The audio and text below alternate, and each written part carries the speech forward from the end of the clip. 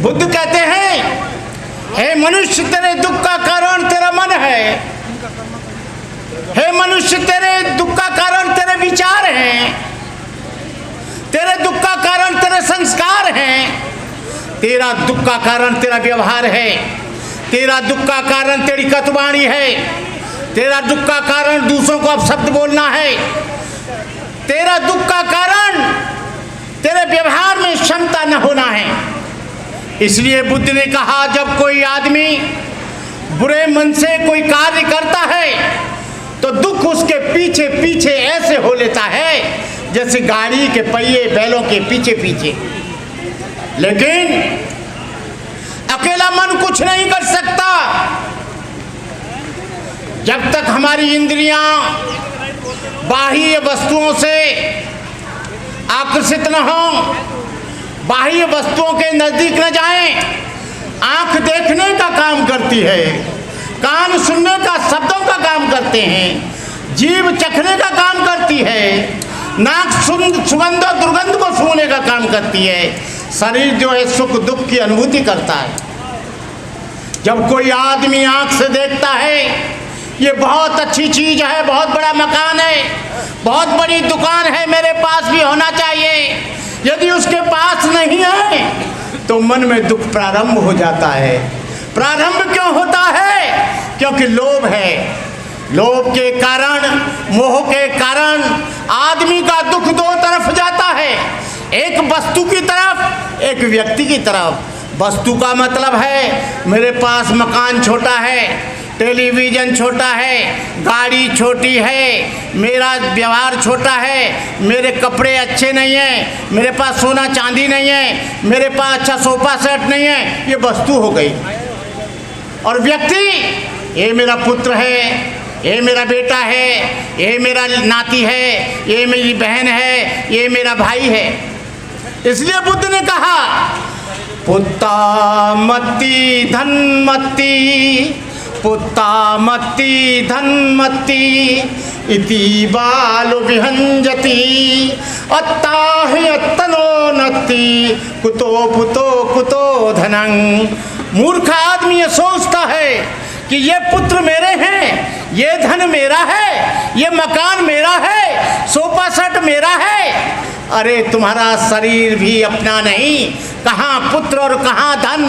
राजा प्रसेनजीत भगवान बुद्ध के कभी कभी दर्शन करने के लिए जाता था, 2-1 साल 4 साल बाद, लेकिन वो काम काज में इतना व्यस्त रहता था, अपने राजपाट में, अपने राजपाट की सीमाओं को बढ़ाने में उसको नींद नहीं आती थी कि समुद्र के उस पार भी जीतूंगा, अभी और भी जीतूंगा, अभी 100 हाथी हुए 200 हो जाएं, 100 मेरे पास घोड़े हुए 200 हो जाएं, 100 कुंटल सोना है 500 कुंटल हो जाए, अभी 2 महल हैं 3 महल बन जाएं। उसको नींद नहीं आती थी, अफीम खा के सोता था। उसकी पत्नी ने कहा, यहाँ भगवान बुद्ध आए हैं, तू वहाँ पर जा, तेरा मन शांत हो जाएगा। उसने कहा, तू नहीं मानती है तो मैं चलता हूँ। बुद्ध के पास एक मुकुट ले गया सोने का, ढेर सारे फूल ले गया, 2-4 कुंटल तोड़ के अपने बाग से बुद्ध के पास गया। बुद्ध से कहा, ओ भाग्य बुद्ध, आप आए हैं, आप शुद्धोधन के पुत्र हैं। बुद्ध ने कहा, बुद्ध किसी के पुत्र नहीं होते हैं, बुद्धों का किसी से कोई रिश्ता नहीं होता है। बुद्ध तो एक स्थिति है, शुद्धोधन का बेटा सिद्धार्थ होगा, शुद्धोधन का बेटा मैं नहीं हूँ। बोले, ओहो भाग्य हमारे जो आप आए हो। बुद्ध को मुकुट देने लगा सोने चांदी का, हीरे मोती का। बुद्ध ने कहा, मेरे किसी काम का नहीं है, इसे फेंक दो। उसने सोचा कि ये बुद्ध सन्यासी है, सोना चांदी नहीं छूता होगा, हो सकता है इसलिए नहीं लिया होगा। बुद्ध उसकी मन की स्थिति का, उसके अहंकार का अध्ययन कर रहे हैं, उसकी बॉडी लैंग्वेज को देख रहे हैं। बुद्ध को फूल देने लगा। बुद्ध ने कहा, इन्हें भी तालाब में फेंक दो, मेरे कोई काम के नहीं है। राजा को बहुत गुस्सा आया। उसने कहा, बुद्ध तुझे क्या चाहिए? मेरे पास सोने चांदी के भंडार हैं, महल हैं, हाथी है, घोड़ा है, बड़े बड़े महल हैं, बड़े बड़े बाग हैं, बोल तुझे क्या चाहिए, मैं सब कुछ दे सकता हूँ। बुद्ध ने कहा इसे भी फेंक दो, जो तुम्हारा अहंकार है इसे भी फेंक दो। तब बुद्ध ने कहा सुनो, बार जो वथले खितो ओ कमोकत उपते परफंदंति दंग चित्तंग मारिधेहं पहातबे। हे प्रसन्नजित, ये मन बहुत दूर दूर चला जाता है और ये मन वैसे ही तड़पता है जैसे बाण बनाने वाला बाण को सीधा करता है, और जैसे मछली बार बार निकालने के बाद बार बार जल में जाने के लिए तड़पती है, वैसे ये हमारा मन भोग विलासों के लिए तड़पता है। भोग विलासों के लिए अपने मन को हमेशा तड़पा रहता है और मन के कारण ही आदमी को दुख होता है। बुद्ध ने कहा तुम्हारी उम्र कितनी हो गई? उसने कहा मेरी उम्र 80 वर्ष हो गई। बोले क्या धन दौलत से तुम बचपन को ला सकते हो? धन दौलत से जवानी को ला सकते हो? धन दौलत से बुढ़ापे को रोक सकते हो? धन दौलत से मृत्यु को रोक सकते हो?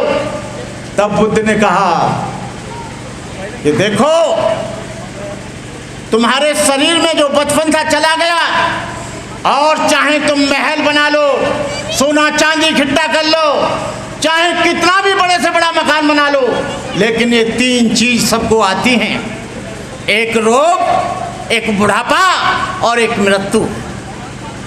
ये सबको आना है। इसलिए बुद्ध कहते हैं अच्छा कर्म करो, अच्छे रास्ते पर चलो। बुद्ध का धर्म करुणा का धर्म है, बुद्ध का धर्म मैत्री का धर्म है, बुद्ध का धर्म सदाचार का धर्म है। यदि बौद्ध धर्म में से सील निकाल दिया जाए तो बुद्ध धर्म जीरो रह जाएगा, क्योंकि वहाँ भगवान आत्मा परमात्मा गंडा ताबीज कुछ नहीं है। बुद्ध धर्म में जितना का जितना है। डॉक्टर अंबेडकर से एक बार पूछा था पत्रकारों ने दीक्षा लेते हुए कि doctor Ambedkar you tell me what is dharma. Doctor Ambedkar ने एक लाइन में कहा to maintain purity of life is dharma. जीवन की पवित्रता बनाए रखना ही धर्म है। These are three forms of purity. ये तीन प्रकार की पवित्रता होती है, purity of mind, purity of speech, purity of body. मन और कर्म और वचन की शुद्धता जिसमें होती है वो व्यक्ति धार्मिक होता है, जिसकी वाणी पर नियंत्रण होता है, जिसकी वाणी में संयम होता है, जिसकी वाणी में सदाचार होता है, जिसकी वाणी में करुणा होती है। क्योंकि बुद्ध कहते हैं कि अभी का विचार तुम्हारा संस्कार बनेगा, जो अभी का संस्कार है वो तुम्हारा व्यवहार बनेगा, और जो व्यवहार है वो तुम्हारा आचरण बनेगा, और जो आचरण है वो तुम्हारे चरित्र का निर्माण करेगा, और चरित्र जो है तुम्हारे जीवन की आधारशिला है, तुम्हारे जीवन की बुनियाद है। यदि मनुष्य के जीवन में चरित्र नहीं है, करेक्टर नहीं है, मॉरल नहीं है, काइंडनेस नहीं है, ब्रदरहुड नहीं है, फ्रेटर्निटी नहीं है, बंधुता नहीं है, समता नहीं है, करुणा नहीं है, भाईचारा नहीं है, और एक दूसरे के प्रति हमारे मन में दूसरों के प्रति स्नेह नहीं है, तो हम कभी धार्मिक नहीं हो सकते। लेकिन आज तो क्या हो रहा है, जितना बड़ा मकान आदमी उसकी तरफ जाएगा। झोंपड़ी में रह रहा है, बहुत ईमानदार आदमी है, उसमें कार नहीं है, साइकिल पर चल रहा है, चोरी नहीं करता है, हत्या नहीं करता है, डकैती नहीं डालता है, झूठा नहीं बोलता है, लेकिन झोंपड़ी वाले को छोड़कर वो महल वाले के यहाँ जाएगा, चाहे बौद्ध भिक्षु क्यों ना हो, बनते करुणाकरी क्यों ना हो। मैं अपनी भी बताए देता हूँ, ये लोग जब तक इस बात को अच्छे और बुरे का फर्क नहीं जानेंगे, मैं देखता हूँ कि उन महल वालों को और पैसे वालों को ज़्यादा महत्व दिया जाता है। गरीब आदमी को जो ईमानदार है, और मैं इस बात को मानता हूँ सबसे ज़्यादा ईमानदार आदमी, सबसे ज़्यादा मेहनती आदमी, सबसे ज़्यादा कर्मठ आदमी, सबसे ज़्यादा सदाचारी आदमी वो झोंपड़ी में रहने वाला, छोटे मकान में रहने वाला, 25 गज के मकान में रहने वाला, वो सबसे ज़्यादा ईमानदार होता है। मैं कहना चाहता हूँ बहनों और भाइयों, इस जीवदान के उपलक्ष्य में, क्योंकि टाइम बहुत हो रहा है और लोग भी बोलेंगे, हम लोग ये जो कुछ भी अंड मंड बोल जाते हैं, हम लोग अपने पुराने संस्कार भूल जाते हैं, क्योंकि हम ऐसी व्यवस्था में से गड़ी सली में से आए जहाँ पर कोई संस्कार नहीं थे, कहीं विचार नहीं थे। किसी को हम उल्लू कह जाते हैं, किसी को हरामी कह जाते हैं, किसी को बदमाश कह जाते हैं, किसी को गुंडा कह जाते हैं, किसी को कुछ कह जाते हैं। वो तुम्हारी गलती नहीं है, हमारी गलती नहीं है। लेकिन आप लोग ध्यानपूर्वक उन बातों को सुनो। जो बात मैंने कही है, यदि वो तुम्हारी समझ में आ जाए तो उसे मान लेना, जो न समझ में आए वो मुझे वापस कर देना। अच्छा अच्छा तुम्हारा है, बुरा बुरा भंते करुणाकर का है। जय भीम, जय भारत, नमो बुद्धाय।